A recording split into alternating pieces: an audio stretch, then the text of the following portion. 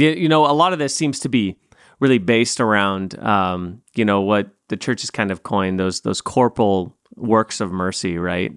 Which I think we draw on quite a bit from the Beatitudes of Christ. Can you tell us a little bit about what the church has kind of codified as the corporal and spiritual works of mercy? Yeah.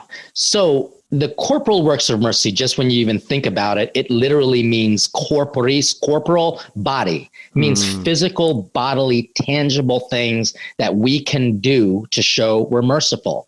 And the first and foremost of it is feed the hungry, give water to the thirsty, visit prisoners, give domicile to people in need, visit the sick, pray for the dead, all of those physical, tangible things. Yeah. And then the spiritual works of mercy are what I would call the interior works of mercy that you might not necessarily see, but God certainly does. And if you're looking at your life with God's eyes, then guess what you're going to do? You're going to see these works in your own soul.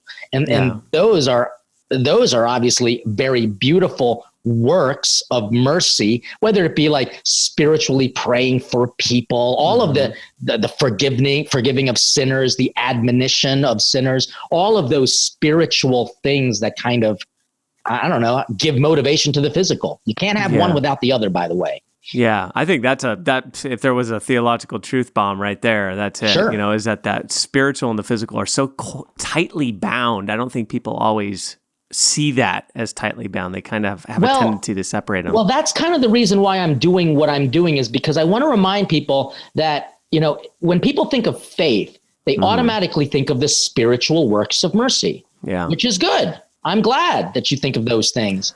But faith is also very incarnational. It's literally a physical reality. It's in the flesh. So if you are taking your faith seriously, you are going to feed your soul, which a lot of people don't even do. They're literally spiritually starving and frankly kind of weak. And then you're going to also do what you can to feed the body with good things. So all of this idea of spiritual works of mercy, whether it be like instructing ignorant people. And I love that kind of phrase, that term.